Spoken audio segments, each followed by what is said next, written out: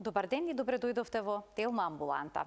Совршени семејни фотографии на социјалните мрежи, а дома тишина и оддалеченост. Колку често реалноста е поинаква од она што изгледа на прв поглед. Што го одржува семејството денес? Дали се тоа љубовта и компромисите или навиката да се остане заедно? Во време на финансиски притисоци, брзо секојдневие и се покомплицирани односи.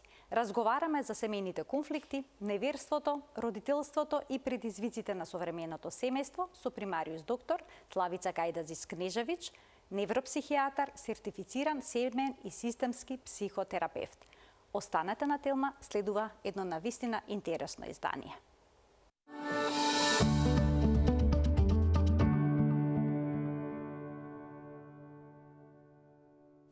Во пресрет на светскиот ден на семејството за предизвиците на современите семејства разговараме со примариус доктор Славица Гајдазис-Кнежевич, невропсихијатар, сертифициран семеен и системски психотерапевт од групацијата Алтернатива. Докторке, добре ни дојдовте во Телма амбуланта и добар ден. Добар ден на вашите гледачи и на вас и благодарам за поканата на вака исклучително важна тема. На социјалните мрежи постојано гледаме фотографии од совршени семејства, но зад затворени врати не секогаш работите стојат така. Па колку често реалноста не кореспондира со она што не изгледа идеално на прв поглед? Благодарам за ова интересно прашање. Знаете, луѓето имаат потреба да ги представуваат работите на начин на кој што тие мислат дека е тоа за нив најважно. И за жал многу често се случува да она што однадвор ни изгледа фантастично, хармонично, организирано, суштествено внатре е сосема поразлично. И затоа ние често пати велиме дека само тие кои што живеат во семејството знаат како тоа изгледа, а никој однадвор. И ова го поврзувам со честото искуство, знаете, кога кај нас доаѓаат семејства со разни проблеми и сега ни ги препорачуваат нивни роднини пријатели, па ќе слушнеме, ма не знам како тоа им се случи, ма они се фантастични партнери, како дојдоа до развод или не знам што им е со детето, ма не знаете какви родители се, они подобри од нив нема. А суштествено, само тие кои се внатре во семејството знаат каков е нивниот партнер во партнерскиот однос, какви се они родители во однос на нивните деца и никој друг однадвор. Но за жал луѓето имаат потреба да работите ги прикажуваат и да создаваат една слика која што ги фрла во заблуда другите, знаете, па така ако имате семејство во кое што има одредени тешкоти, кога тие ќе ги видат, посебно ако видат некој кој ги познаваат и кои им се блиски, како идилично изгледаат, па они шетаат, па не знам ручеци организираат, па тоа е све обвиткано со еден гламур, на своите проблеми почнуваат да гледаат многу потрагично и почнуваат да го доживуваат својата тешкотија, својата ситуација во семејството, да се споредуваат со она што се случува со некој кој случајно ги познаваат. Со една нереална проекција. Да, точно така. Точно така. Што едно семејство го прави стабилно, цврсто? Дали е тоа љубовта помеѓу партнерите? И што говори вашето искуство? Има ли успешен и функционален брак, а да не постои голема љубов помеѓу сопружниците? Ова е многу интересно. Знаете, ние зборуваме за различни нивоа во кое што семејството функционира. Оти семејството е систем. Тоа е жив систем. Исто како што се и сите други системи, ако сакате, исто како што е и државата систем. Во тие живи системи живеат луѓе кои што помеѓу себе се поврзани.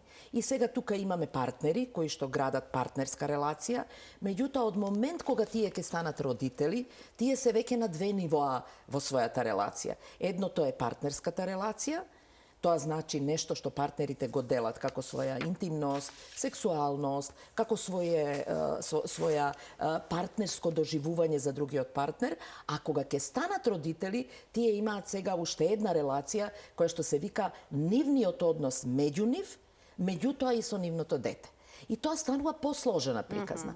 Ако во семејството имаме повеќе членови, особено ако имаме, например, трета генерација, тогаш ќе имаме далеку посложена ситуација. Оти тоа се родители на некој од партнерите, па треба да се градат односи со нив, па во релација со нив односи со децата. Значи, како семејството расте, така бројот на релации, како што ние го викаме, односи помеѓу членовите растат. И сега на прашањето, Дали да тргнеме од она што вие го кажувате, партнерската релација, дали ако партнерите се влегуваат во брак и во тоа семејство кое што ќе го изградат покасно со одредена емоционална содржина која што ја нарекуваме љубов, нели? И љубовта бара огромна дефиниција што љубов значи уопште, затоа што за различни луѓе љубовта значи различна и во различна фаза љубовта може различно да значи, што е исто така многу значајно и ќе се вратам на тоа. Љубовта е важна. За жал не е доволна за добар партнерски однос.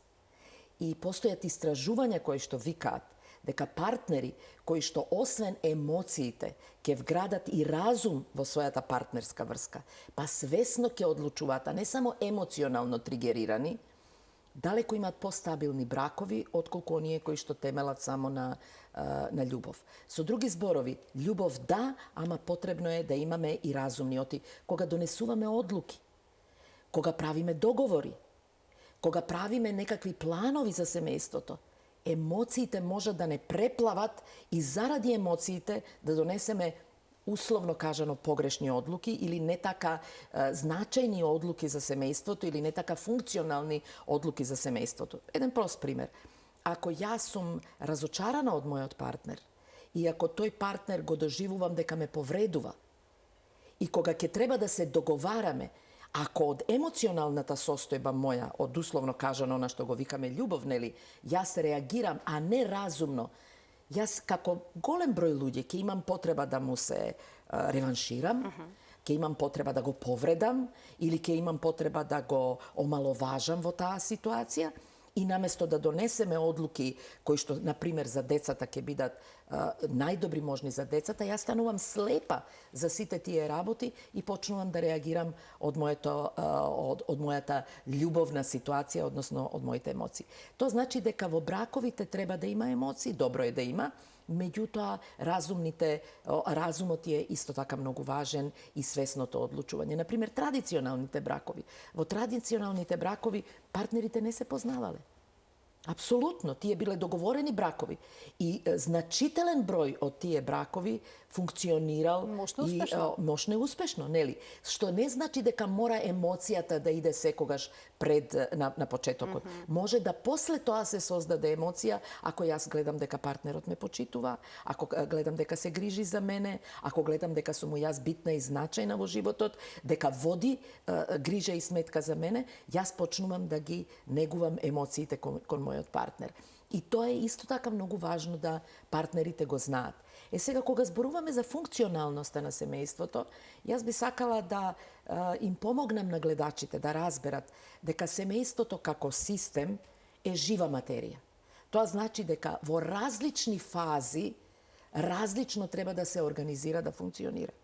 Ако остане на исто ниво на функционалност, постои висок ризик дека ќе заглави. Што сакам да кажам? Што треба да еволуира, да се менува. Апсолутно, апсолутно. Тоа значи дека оние важни елементи, какви ние задачи даваме измеѓу себе, какви правила негуваме измеѓу себе, на кој начин се договараме, ако имаме бебе од месец дена, нормално е да ние очекуваме дека мајката ќе биде биолошки посветена и таткото секако, на детето и детето ќе има централна позиција. Ама ако и после 20 години тоа дете има централна позиција во семејството, тогаш се поставува прашање каде е партнерскиот однос, каде е бракот. Оти бракот не е дел од родителскиот репертоар. Бракот е децата не се присутни, или најголем број деца не се присутни кога партнерите влегуваат во брак.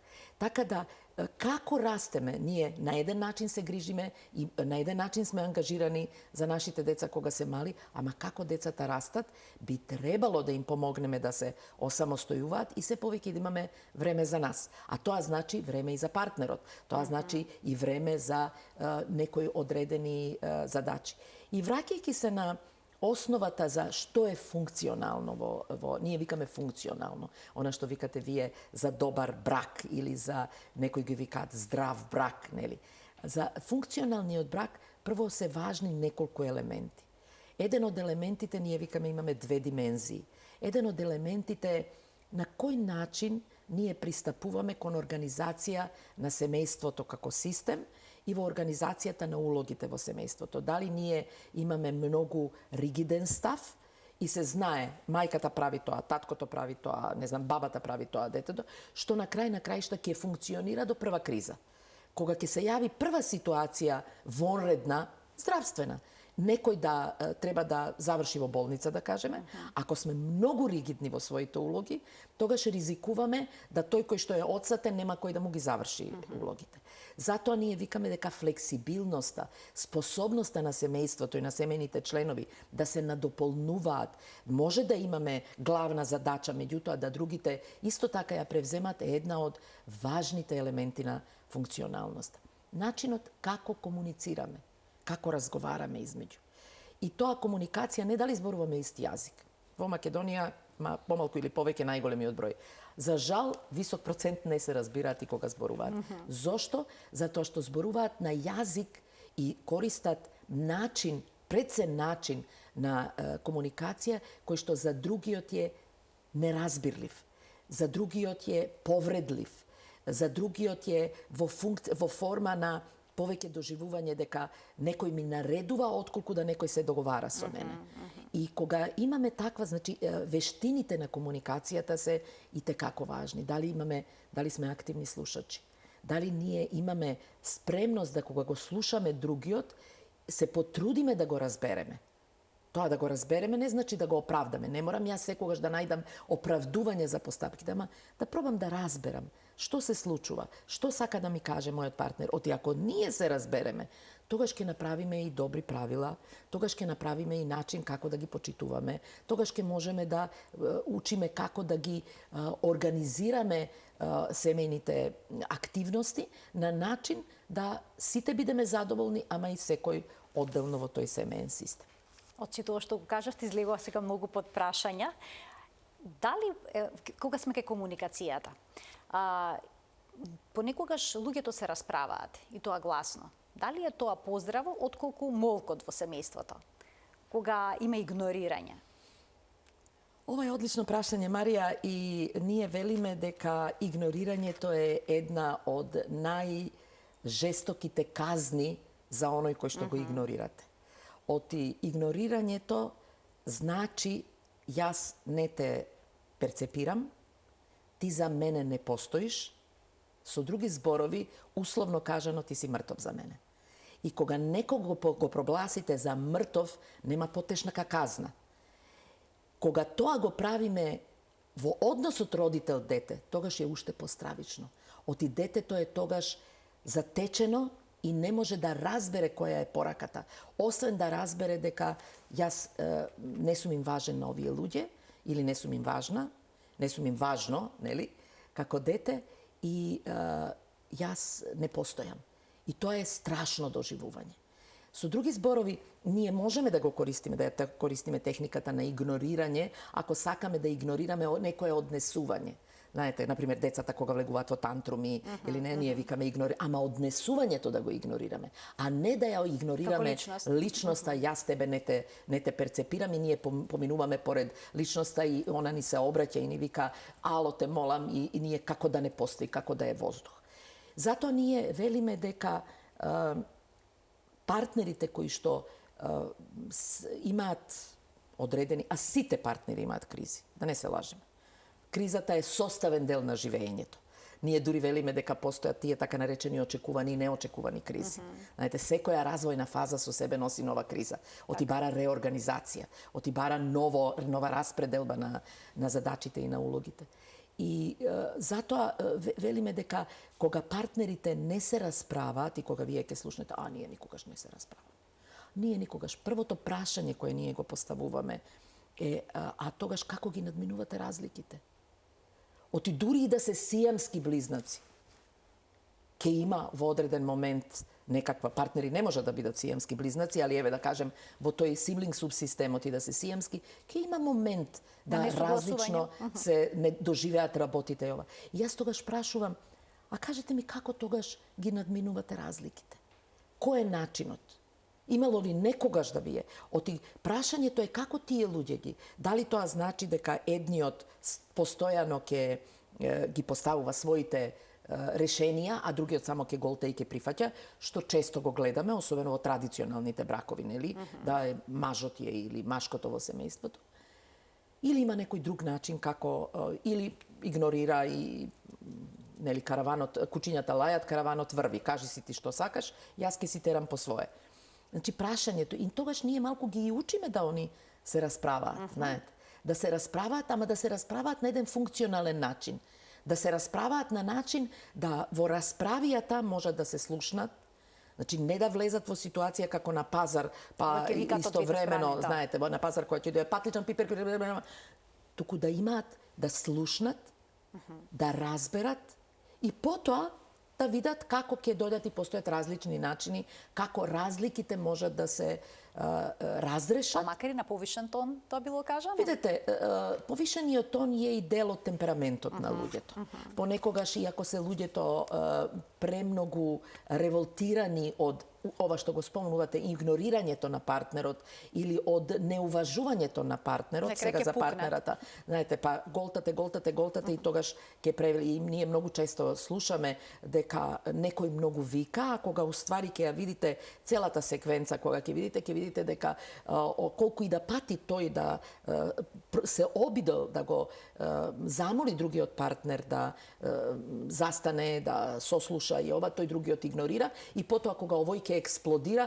па да, тој експлодира, знаете. Така да многу е важно да се малку види контекстот, и целата така и контекстот и целата ситуација да се види. Споминавте дека е многу важен квалитетот на комуникацијата, но за жал ке голем дел од современите семејства партнерските комуникации се сведени на обврски околу децата, теми поврзани со децата, со сметките во домот, на логистиката.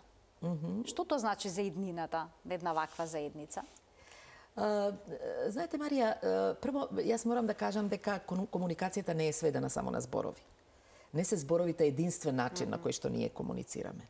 Тие се важни, меѓутоа, и тоа е таа така наречена вербална комуникација, нели со збор комуникација, ама постои и нешто што се вика говор на телото, нели она body language, односно невербалната комуникација.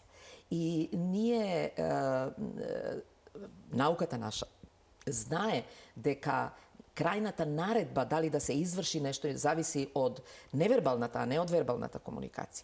Например, ако вие на некого му кажете седи тука, вие му давате дупла порака. Оди си и седи тука. Знаете, или било која друга. Во голем број од турските серии, сега ако ги гледате, има богатство од невербална комуникација.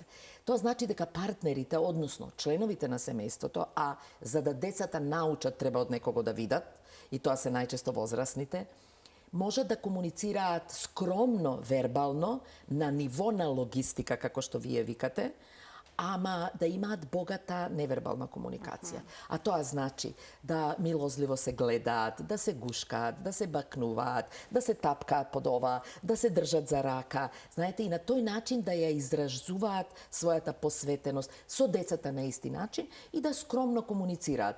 Кога викам скромно да комуницираат, оти како ние комуницираме зависи и од тоа како сме научиле ние да комуницираме. Знаете, ние ги учиме децата, а некој нас не учи. Не дека тоа не може да се научи, нели сега постојат разноразни курсеви, разноразни нели психотерапевски техники каде што се учат луѓето да вербално се изразуваат, оти ако јасно се изразиме вербално, полесно ќе му биде на другиот да разбере што е она што ние сакаме.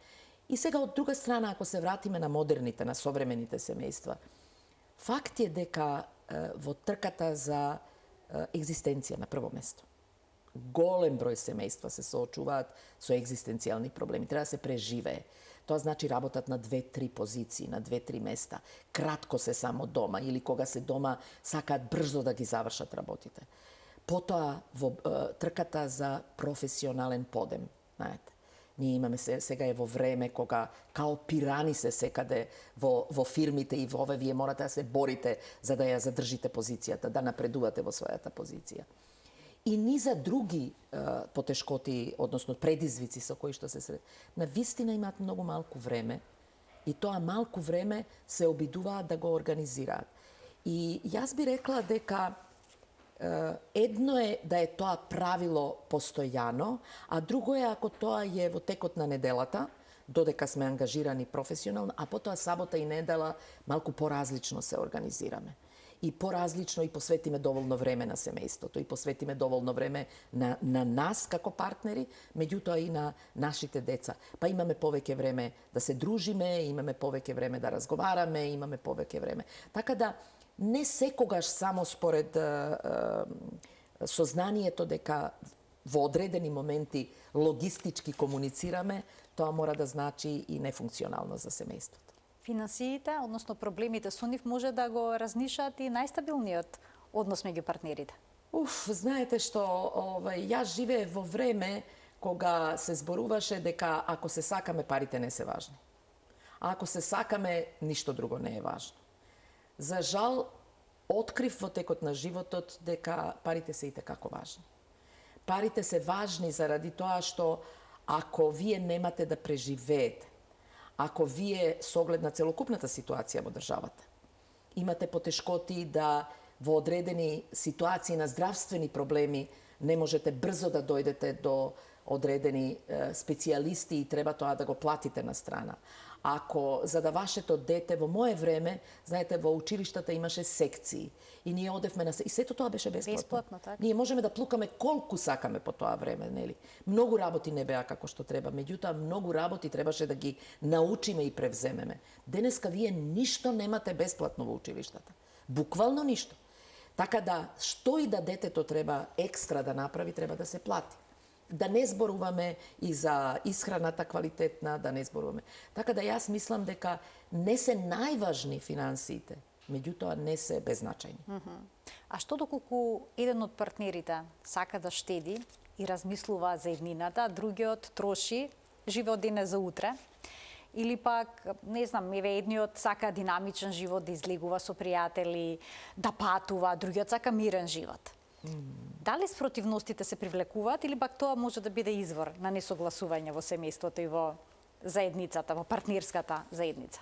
Ова што го кажувате, Марија, јас би рекла и едното и другото. Што сакам да кажам?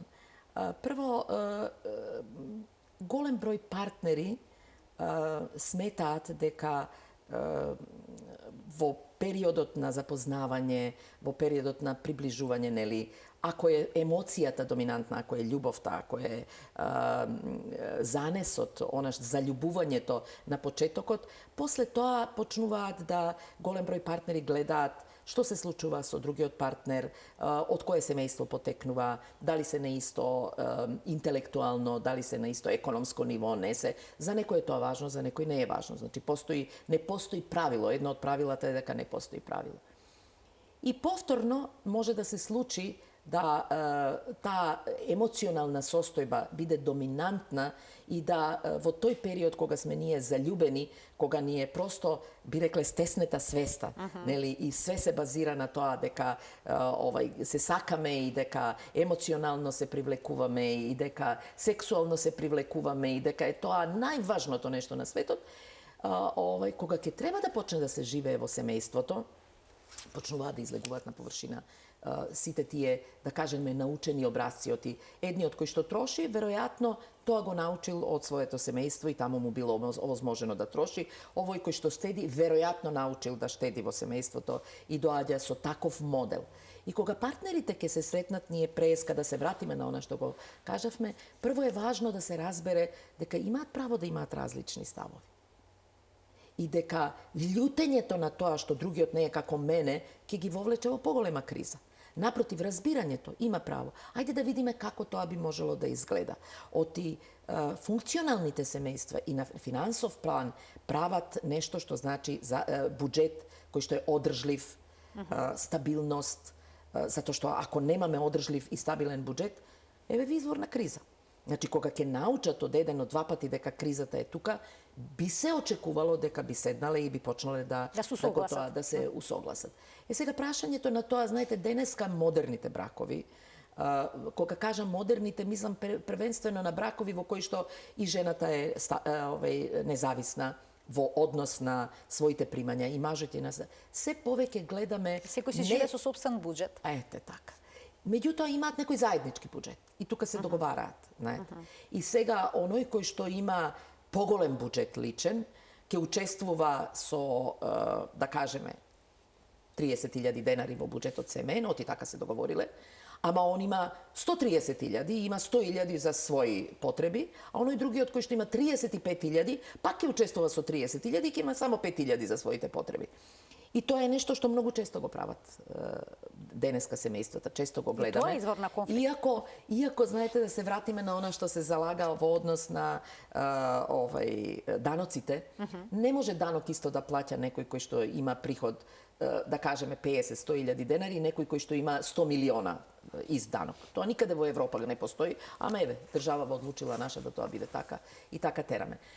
И тогаш може да почнуваат тешкоти ако не се заинтересирани партнерите да седнат и да се договорат и да разберат дека тоа е нивен заеднички систем.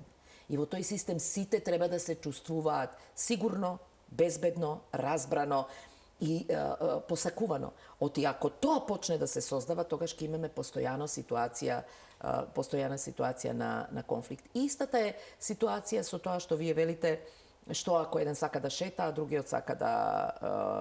Постојат различни начини како може да се договараат партнерите. Знаете, има партнери, јас сум гледала во животот партнери, кои што едниот партнер каже јас не можам со таа динамика. И сум кажал или кажала, ако сака да шета, еднаш ќе шетаме заедно, другите два пати нека изволи, нека иде, нека шета. Има и такви ситуации. Значи, постојат различни... компромиси. Не е точно така. Точно така. Барање на некои заеднички решенија. Заради тоа што компромис не значи секогаш 50-50%. И мора 50 моje, 50 твое.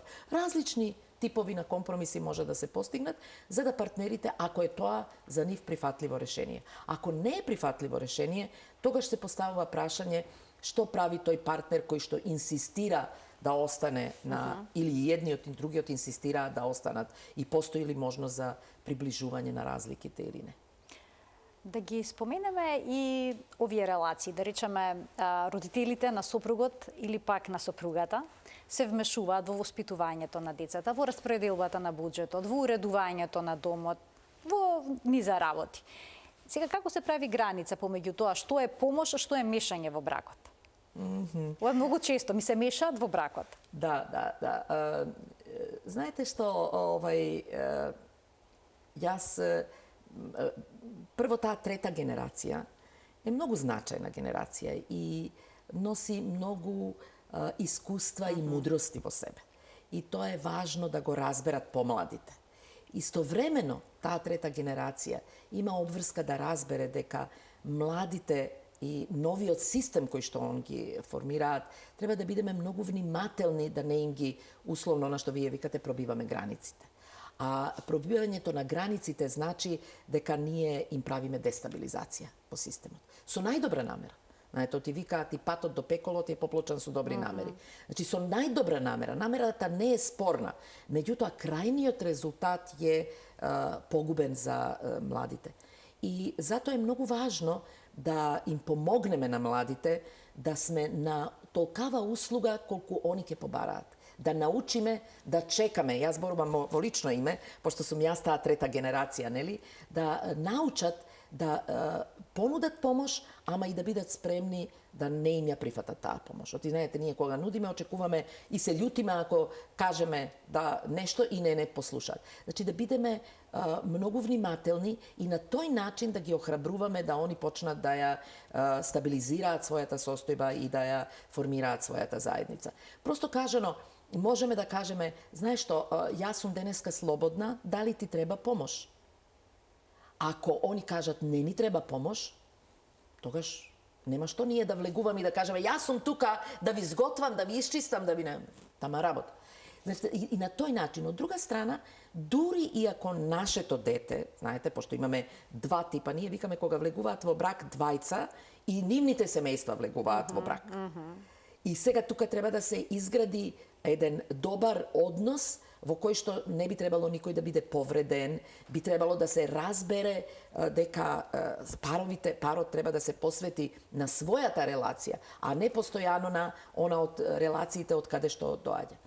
И кога ќе почнат да ја формираат заедницата, дури и да сакаат да споделуваат нешто од својот партнерски однос со своите родители, мудроста на родителите би требала да биде да каже, знаеш што, душо, јас те разбирам, знам дека не е тешко, никому од нас не било тешко, што е верно, ама јас ке те замолам тоа да идеш да го решиш со својот сопруга, не со мене. Фала ти што го сподели со мене, ама таму. А не веднаш направи вака, направи така, кој е тој или која е таа, срам да е, јас ке и покажам, јас ке и кажам. Оти ние на тој начин, ако овака реагираме, ние ги држиме блиску до нас нашите деца и тоа ни дава едно задоволство и ни дава едно значајност на нас, ама ние ги држиме далек од нивните партнери. Так. И ако е тоа така, тогаш не можеме да стоиме на верувањето дека ние им сакаме се најдобро. Затоа што на крајот испаѓа дека и не е баш најдобро. Доколку постои некој проблем, дали секој од сопружниците треба да разговара со сопствените родители? Како се решаваат тие проблеми? Видете, разговарањето со сопствените родители, јас преска реков, ако се тоа родители кои што се мудри, ако се тоа родители кои што, зашто да не? Зашто да не се случне мислење од родителите? Меѓутоа, кога ние почнеме надвор да ги изнесуваме, надвор од партнерската релација, која ќе почнат да ги изнесуваат проблемите, мислам, доколку има вмешување од страна на родителот и еден од партнерите се лути, кој треба да разговара со возрастните во тој случај? Знаете, кога има дали проблем, заедно Марија, да седнат? кога има проблем, мораме да знаеме дека секоја од страните во тој конфликт, да кажеме, има своje видување, има своја приказна. Не постои универзална приказна. Не постои универзална реалност, да кажем. Тоа е малку збунувачки, ама секој од нас си ја креира реалноста. Истата работа ќе ја видиме јас и вие, за мене има едно значење, за вас има друго значење. Јас ќе ја разберам на еден начин, вие ќе ја разберете на друг начин. Ќе грми, јас ќе кажам, оу, небото ни праќа снажни ова, а вие ќе кажете, страшно е, небото сака да не казни. Значи, сите имаме своја реалност. Кога партнерите ќе почнат да зборуваат за одредена потешкотија со своите родители, тогаш автоматски, чим родителите не ја слушнале другата страна, тие не можат да знаат што се оти. Само тој кој што е во релацијата може да знае што се случува во релацијата. Никој друг од надвор не може да знае. И сега родителите, пошто се емоционално позаинтересирани за своето дете, нормално е да ќе сакаат да го заштитат и не може да бидат објективни. Нека не се залажуваат, не може да бидат објективни, не постои таква работа. Значи, тие ќе направат, ќе упатат некоја порака, ќе кажат нешто кога ќе тркнат дека те разбирам веројатно, драго моје дете, леле колку ми те малтретира тој или таа или не знам, зашто тоа го трпиш и така натаму. И ние практично од желба партнерот да го реши, веројатно ќе вреже во, а баш кај што оној другиот ќе почне да се љути. Затоа е многу важно да умеат да ги сочуваат границите. А границите значат колкав проток на информации ќе излезат надвор од нашиот мал систем кој што се вика партнерски однос. Некогаш еден од партнерите одлучува да се доверува на некое трето лице. Повеќе да разговара со пријател, колега, па дури и родител, наместо со сопружникот. Тоа е извор исто така на проблем? Видите, прашањето е како тоа ќе му го реши проблемот. Ќе дојдам јас кај вас и јас ќе разговарам со вас и тоа е природно. Тоа луѓето го прават. Сите го правиме тоа. Ќе имам тешкотија, ќе се доверам на некој кој што е близок и доверлив. Прашањето е на долга патека како тоа го решава проблемот, знаете. Оти тоа е како да зоврие, како експреслонец.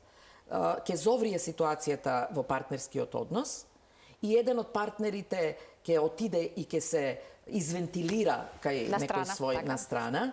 И тоа е како капачето на експреслонец, онака, знаете, ќе направи, ќе се спушти тензијата, јас, ама проблемот нема да се реши.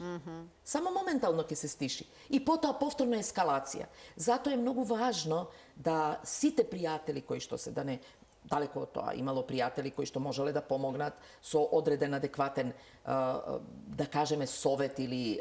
Меѓутоа, многу е важно да ги враќаат назад на партнерските и да кажат, знаете, ова е најважно, ова што мене ми го кажуваш, јас те разбирам, не знам како да ти помогнам, што очекуваш од мене да ти помогнам. Дали мислиш дека е попаметно да седнете да разговарате и конечно да побараат стручна помош. Знаете, оти кога ќе дојдат они кај професионално лице, а тоа е тренд во светот денеска, луѓето се почесто, и мене ми е драго што е така, кога не успеваат после 1, 2, 3, 5 конфликтни ситуации да ги решат, бараат стручна помош. Оти стручњакот ќе им помогне да они ја видат ситуацијата на друг и решлив начин, како може. А секогаш ние заглавуваме во нашите релации затоа што сме како стаза слонова. Повторуваме све исто, па исто, исто, па исто. На исти начин. На исти начин. Вие кога ќе видите, све исто правиме, знаете. Ист начин. Кога ги караме децата, на исти начин ги караме. Кога се лутиме на партнерот, на исти начин се лутиме. И уствари, со тек на време, иако мислиме дека тоа го решава, решението станува проблем. И тоа е нешто што е, например, вие ако имате тинејџерка, и тинејџерката ви прави неред во својата соба и вие сакате, вие влегувате и почнувате, еве да кажеме, да кажете, Злато, ај молим те среди ја својата соба. Аха, ќе ја средам. Ај молим те, Душо, среди ја твојата соба. Се договоривме да ја средам. Аха, Душо, среди ја слобата. Ќе ескалира. Кроз 2 дена, пак отвараме да. Од почеток исто. Мила, пак исто. Исто. Знаете, и тоа е нешто што е познато во човечката природа, дека ние на исти начин, како што кога ќе тргнете со возило, знаете, ако еден пат го одите и сега треба друг пат да фатите, ќе се најдете на пола пат, тргнав јас. Знаете, просто мозокот така се штеди. Тоа е она по инерција. Мозокот така се штеди, ги редуцира можностите и изборите и не ги сведува на минимум избори. Проширувањето на изборите и можностите може да биде едно од решенијата. Да проговорим и за неверствата во бракот и воопшто во партнерските заедници. Не секогаш неверствата започнуваат со физички контакт, односно во постела. Обично стартот е со праќање пораки, лајк на некоја слика, допишување на социјалните мрежи. Што говори вашето искуство, колку е често дигиталното неверство? Јас малку ќе го проширам ово од дигиталното и ќе кажам дека постојат различни типови на неверство. Едно од неверствата е телесното неверство, она што викате вие во кревет. Другото е емоционалното неверство. Третото е психичкото неверство, во кое што спаѓа и дигиталното неверство. Не постои универзално правило по кое ние ќе кажеме дека луѓето за ова ќе кажат дека е неверство и имаат право да реагираат, а тоа не е неверство и немаат право да реагираат. Чи секој човек има свој сет на вредности, Собствена дефиниција. И собствена дефиниција, како за љубовта, како за партнерскиот однос, како за неверството, што е за него неверство. Например, вие имате парови во кои што еден од партнерите, еве да кажеме почесто мажите од жените, влегуваат во ресторан и со све што е тамо женско, ќе се поздрават, ќе мафнат со рака, партнерката е кул, седнува и он седнува на маса и почнуваат разговор. И пак ќе дотрча некоја и ќе го гушне и ќе каже, срце здраво е, и нема. За нејзе тоа не представува опасност, оти неверството со себе секогаш носи една доза на чувство на опасност и загрозеност. И може да реде. И при тоа имате партнери кои што само поглед што ќе сврти и ќе се задржи и она ќе се сврти и ќе види дека он фиксира поглед некого, готово. Трагедија е. Знаете. Има партнери кои што и кога направиле телесно изневерување, за другиот партнер е многу важно дали емоционално се поврзал или не се поврзал со таа личност.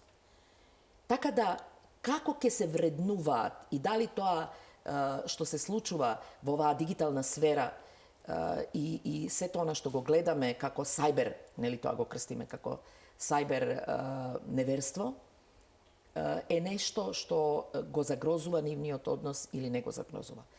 Во денешно време јас често пати слушам дека не е проблем само што некој се поврзува и е присатен, да кажем, на сите тие социјални мрежи и сето она што се случува, на сметка на тоа го занемарува партнерскиот однос. И кога тоа ќе се случи, партнерот, без оглед што тамо може да нема реална личност, затоа што не дошол во контакт со, може да е таа, меѓутоа не дошол во физички контакт со или не дошла, јас се извинувам, во машки род зборувам, ако тоа ја оптеретува партнерската врска, ако тоа ја загрозува, ако постои повеќе интерес за таму него ваму, тогаш еписибирие, знаете. Потпуно е исто дали вие имате некој со кого. И мислам дека потешкотијата лежи во тоа што голем број партнери, кога ќе формираат семејство, кога ќе станат родители, даваат примат на родителството огромен број години од нивниот заеднички живот. И го запоставуваат партнерскиот однос. И тотално го запоставуваат партнерскиот однос. И сега вела дека и во браковите се повеќе недостасува и физичката интимност, значи сексуалниот живот речиси да не постои. Апсолутно. Знаете, дали може би на тоа се должат неверствата? Па дел од тоа да. Или отсуство на емоции, некој вела тоа го правам за да се почувствувам живо. Апсолутно, знаете, ако вие живеете и ако е бракот мртов, вие имате брак, ама бракот е мртов. А што тоа значи? Тоа значи дека партнерите немаат време за себе, нема никаква размена на емоции, она преска што го зборував и невербалното, немаат долго време од различни причини, сексуалниот живот е згаснат. Вие имате брак, меѓутоа бракот тоа ви е као на апарати, она што викаме мртов брак. И тоа за жал се случува често во партнерскиот однос. Во поново време сакам да верувам дека младите повеќе водат сметка на партнерскиот, знаете, затоа што го сметаат дека е тоа постои мото кое што вика или постои верување дека најважната улога во животот ми е родител. Најважното суштество во животот ми е детето. И знаете, кога тоа го слушам, си викам, Боже Господе, како да им помогнам на луѓево да разберат дека има некои улоги кои не се споредуваат. Значи не може да биде, може на прво место да ви биде и партнерот и на прво место да ви биде и детето, ама на различен начин. На различен начин и партнерот. Оти сите тргнуваме како партнери, па после стануваме родители. И што се случува да забораваме на таа, као да ни се партнери само за приплод, па ние стануваме родители и више не сме важни едни на други. И добро е да знаат партнерите дека веќе после првата, после втората година, максимално треба да почнат да размислуваат кај сме ние, што сме ние. Имаме ли малку време, 5 минути време, 10 минути време, како тоа ќе го негуваме, како ќе ги малку обновиме сеќавањата на нашиот партнерски однос. Оти ако чекаат да стасат 10-15 години... Децата да пораснат, Да, децата да пораснат, па после ние одеднаш ќе се најдат како странци и нема да знаат што да прават со себе. И поради тоа, статистиката вика дека најголем број бракови се разведуваат после прва година. Тоа се оние партнери кои што брзо донесуваат одлуки, немаат они време, знаете, просто нити профункционирал нивниот брак, ниту знаат како тоа ќе изгледа, све е на сега и тука, знаете. Так. Акција, реакција. Незадоволни, побрзо да тоа заврши. Импулсивно, да, буквално. 7 година од бракот и тука има значење. Оти во 7-та година најголем број бракови имаат деца во првата година, втората година, и веќе децата тргнуваат на училиште. И кога ќе тргнат децата на училиште, се растеретува малку за неколку сата, за 10 сата или 8 сата се растеретуваат обврските, оти се во друг систем децата. И потоа во период на адолесценција, кога на 15-16 година, кога децата сакаат да се осамостојат и не сакаат више како мами, како хеликоптери да облетуваат, најчесто мами, меѓутоа и татковци, да облетуваат околу нив и одеднаш ние не знаеме што да правиме со себе. Сега ајде да се бавиме со нас. Доцна е. А ние нас треба да учиме. Има можност. Има можност, дури тогаш, доколку постои желба да се работи на односот, постои. Но вела дека најчесто жените во 40-тите години поднесуваат, носат одлука за развод. Зошто тоа се случува? Статистиките велат дека тоа не се мажите, туку се жените на 40 на година. Знаете, зависи во... Јас не би го земала тоа... Не знам дали тоа тука така и кај нас, но некои светски статистики тоа покажуваат. Знаете, јас не би го земала тоа како правило или статистиката е една работа, меѓутоа тоа не се жени кои што се зависни финансиски од своите мажи. Таква жена нема да донесе одлука во 40 година, во која што се очекува дека децата се во период од прилike на тоа како што го викаме пубертет или некаде се тргнати на факултет, еве да кажеме дека е. Жена во 40 година нема да оти, ако не е безбедна економски, ако не е стамбено безбедна, ако е екзистенцијално загрозена, нема да донесе одлука. Значи, ние сега зборуваме за оние жени кои што се во подемот на својата кариера, кои што ја завршиле до некаде својата најинтензивна улога, улогата на мајка никогаш не завршува, нели? Ама таа интензивна своја улога ја завршиле и одеднаш сега се наоѓаат во ситуација со партнер со кого не знаат што да прават, нити тој, нити таа, и донесуваат одлука дека е време за промена. Сега ќе променуваме, наместо да се обидеме да видиме што е она што можеме да го направиме, ќе менуваме и ќе почнуваме од почеток и донесуваат одлука да... Значи, тие економски независни жени, да, и кариерно независни жени, ама овие другите јас не сум убедена дека е тоа баш така. Дали после неверство може да се обнови партнерскиот однос? Знаете, може ли да се врати до вербата? Според статистиките, почесто е машкото неверство од женското неверство. Јас мислам дека тоа се должи, од статистиката ја градиме според тоа колку од нив се јавиле во одредени служби. Аха. Иначе како би знаеле ние, ако не можеме да знаеме, знаете, или доаѓаат кај психотерапевти, или кај некои други стручни лица, или во центри за социјална работа и ние така ја дознаваме статистиката. Или правиме некои анкети, општи анкети. Зошто е тоа така? Зошто јас не верувам дека е тоа баш во таков расчекор измеѓу мажите и жените, па се зборува 80% мажи и 20% жени се неверни, па не знам 95% мажи, 5% жени и така. Зошто ја не верувам? Заради тоа што жените се поспремни да работат на обновување на релацијата после неверство отколку мажите. Со други зборови, кога ќе се појави женско неверство, спремни се да простат. Не, напротив. Прекинуваат. И вие не ги имате нигде во статистика тие. Аха, донесуваат одлука за развод и крај на приказната. Мажите потешко простуваат неверство отколку жените. И од друга страна, прашањето е каков е типот на неверството и како неверството се случило. Меѓутоа, да, има парови, мојата пракса тоа го кажува, праксата на моите колеги го кажува, дека има парови кои што не само што после неверството, ова не сакам да биде реклама за неверството, нели? Меѓутоа, неверството како да е момент на освестување, како да е момент на осознавање дека или ќе не биде или нема да не биде. Дај да пробаме да видиме што можеме да направиме.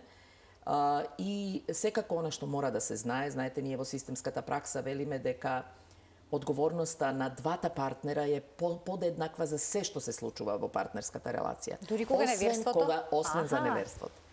Тогаш не, затоа што некогаш велат мора се преиспитуваат луѓето, грешката да не е во мене. Знаете, можат и двајцата да бидат одговорни за се оно што придонело да дојде до неверството. Ама самиот чин на неверство е одговорност на тој кој што е неверен. На неверникот, на тој кој што го исчекорува од бракот и остварува нова партнерска врска. Зошто? Затоа што тој имал многу избори да направи да ја реши кризата, а не на начин со неверство. Зошто? Заради тоа што во теоријата на емоционалната приврзеност, ние го викаме тоа attachment, најсилната болка, најсилната рана е неверството во партнерскиот однос. Заради тоа што партнерскиот однос од темел ги разнишува односите измеѓу партнерите. Знаете, тоа е прво разнишување на довербата. Довербата во смисол на дали е ова од сега, дали од секогаш било, од кога, дали уопште све што сме живееле до сега, сите овие години имало смисла или се било лага, вистина и лага, знаете, во моментот. Па се до лична, персонална повреденост, што мене ми фали, за да он отиде или она отиде и побара задоволство на друга страна. Значи, на многу нивоа неверството ја разнишува партнерската релација и на вистина треба многу напор да се излезе од таа ситуација, многу вложен труд и многу време да се излезе од таа ситуација, како од страна на тој кој што го извршил неверството, така и од страна на тој кој што е изневерен. Значи, мажите веднаш прекинуваат, Така откако ќе бидат изневерени, потешко простуваат. Да. Потешко, односно речиси, воопшто не простуваат. Да. И можда е многу интересно, знаете, извинете да кажам, жените полесно простуваат телесно неверство од емоционално, и тоа морате да го знаете. Ако партнер дури и да нема телесен контакт, сознанието дека он емоционално инвестира во таа врска и е заинтересиран, и е занесен, и е заљубен во таа друга личност, за другиот партнер за жените е погубно. Овака телесно, знаете, може да помине, па добро, имал потреба малку да се излуфтира, посебно оние, знаете, има различни приказни. Не знам, отишол на конгрес, па една вечер со некоја колешка од Америка или не знам што. Тоа е нешто што полесно се преживува отколку емоционалната заинтересираност. Емоционален блок. Да. Има уште многу прашања на кои што би можеле да говориме, но времето е ограничено. Јас ви благодарам многу за вашето денешно гостување во Телма амбуланта. Само сосема на крај, дали понатаму ги правите оние работилници за родители? Фала многу, Марија, за ова прашање. Да. Деца.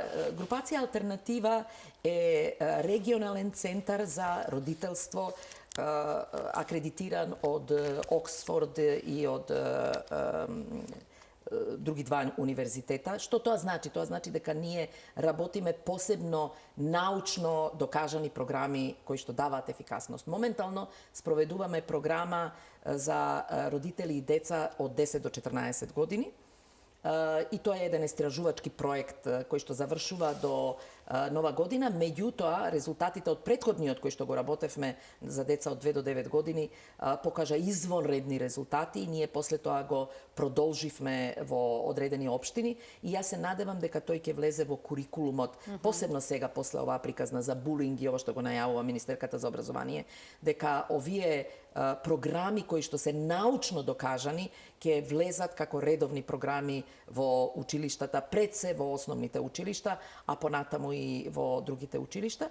И јас би сакала да моментално работиме во Скопје и во Куманово. Веќе е направена една цела програма преку УНИЦЕФ поддржани, работиме исто така со маргинализирани семејства во Прилеп, во Штип и во Кавадарци, ми се чини, ама не ме зимарите за збор, можда грешам.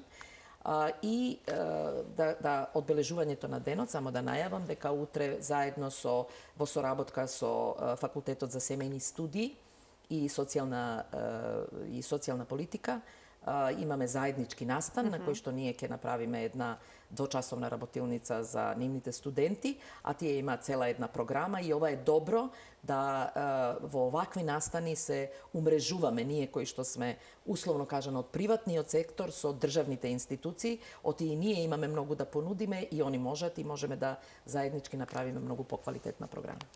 Ви благодарам уште за гостувањето во денешната емисија. Поздрав. Почитувани, ви благодарам и вам што бевте заедно со нас во денешната Телма амбуланта. Ви посакувам пријатен ден.